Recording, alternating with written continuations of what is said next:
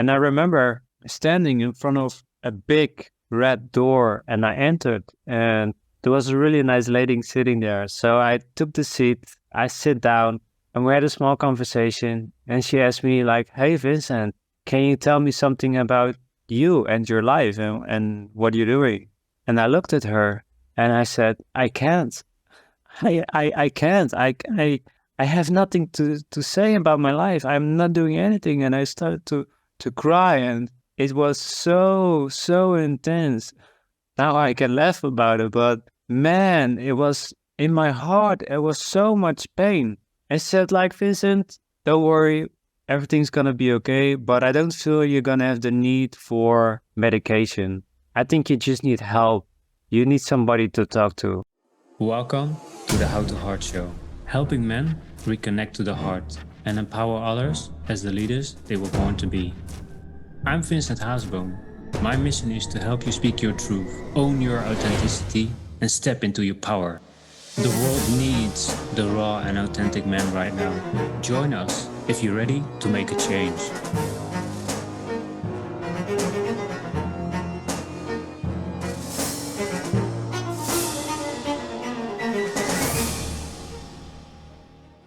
Hey, what's up, guys, and welcome to the How to Heart Show.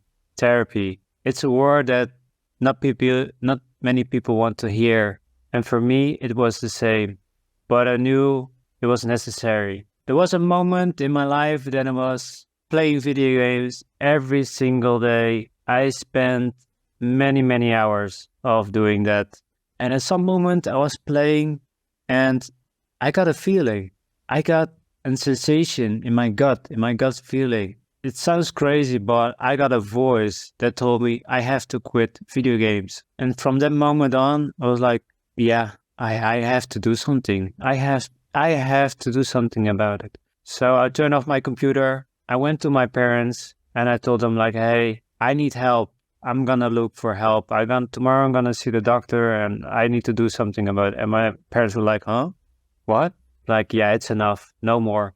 So I went to see my doctor and explained him the situation. And also I got a lot of tension in certain situations. I felt anxiety, I felt nervous, and I was like crazy every single day. So he sent me to therapy, and it was tough.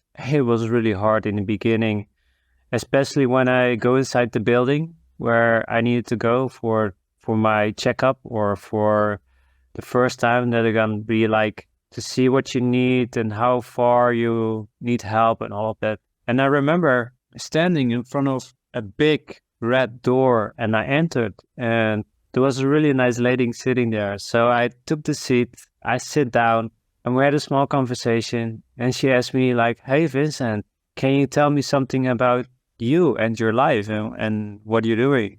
And I looked at her and I said, "I can't. I can't. I have nothing to say about my life. I'm not doing anything." And I started to cry, and it was so intense. Now I can laugh about it, but man, it was in my heart. It was so much pain. I said like, "Vincent, don't worry, everything's gonna be okay, but I don't feel you're gonna have the need for medication. I think you just need help. You need somebody to talk to." And I was like, "Oh yeah, okay." A couple of days later, I went to a group session, and from there, I started to see my patterns, and also how I had a big luggage carrying with me full of shit, of traumas and everything. And from that moment on, when I did the sessions, I started to understand myself better and how I got into the escape. It was really an escape. Video games was really absolutely escape for me. Every single day, I played in the morning from 8 a.m. until 11 p.m. in the evening, and was like, most of the time was like that. So my point here is, do I regret therapy? No, I don't. It was the best thing that happened to me, because after that, I fell in love with self-development. I started to go into books, into courses, and I started to change myself. I started to expand my mind and change. But what I do regret is playing so much video games, and I wasted so much time on that. I had also fun, but when I think about it, it's a waste of time. It really is.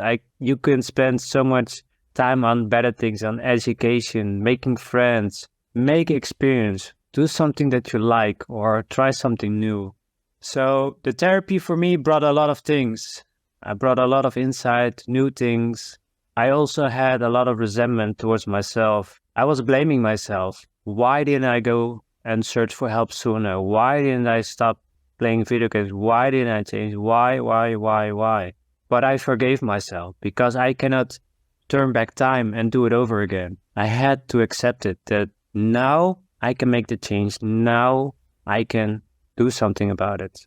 And I don't play video games anymore. I quit by myself. So the thing that I want to say here is, for my advice, if you want to play video games, that's up to you. But play video games at a minimum for like 1 hour, 2 hours, and then do something else. Don't stay like, I know you guys. It's like, just one more mission.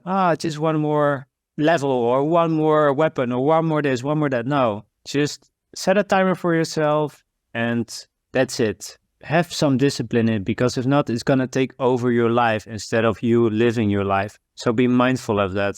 And the other thing is that I want to say is, it's okay to get help. It's okay. There's nothing to be ashamed of. There's nothing to be afraid of. Just if you feel like you need help, talk with somebody you trust. Talk with somebody you feel like comfortable and have a conversation, or go to see your doctor and talk about it. And one last thing, medication. If they say like, okay, you have a problem, for example, you go see a doctor and you talk with them, it's like, let's describe some antidepressives. Say like, no, I'm not gonna do that. I'm gonna figure out by myself, because I hear a lot of stories when people start on the junk, they are addicted to it. And then you have another problem because you don't want to move in life. It's something inside of you. And you have to go deep inside yourself, to the roots, to the basics of it, where it all starts. There you can change it. And with pills, it's not going to help, because you're only going to remove temporarily the symptoms, but you're not going to go in deep with the trauma or what is causing it. So that is something that I want to push on really, really strict on the medication. If you need it for something, you have something for an organ or something like that. I'm not saying that you don't take medication, but if it's something to repress the symptoms, don't do it, because you're going to get addicted to it and it's going to be harder. It's going to be harder to get out. Again, with the medication, I'm not saying that you don't have to take it, but be aware of it, because it can destroy lives with medication, and sometimes you don't need it at all. They just misdiagnose you. It's not worth it. Just go deep inside yourself, listen to yourself, listen to your intuition, talk with people, get feedback, and then make a decision. And I feel like this is a really powerful one, because I've learned so much over the years that I can really see for myself, like, wow, I really dodged the bullet with that one. Because if she told me like, okay, I'm gonna describe you pills, I would took it. But now I learned to trust on myself, on my own health, and on my abilities for me to harness it myself, and that I can do something about it myself first until I see someone to talk to. I always do my research, I always do my investigation, I always talk with people until I do something like that.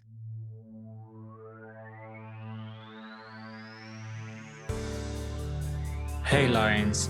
Thank you for listening on this journey with me to reconnect with your heart. If you like the show, please like and drop a 5-star rating. And to help us keep the show going, consider supporting one of our affiliate offers. How do you raise your vibration? For an easy way to raise your vibration and support your health using biofeedback, check out the Healy tool. I'm a rep for it because I believe in frequency healing. Check the show notes for details. See you next time.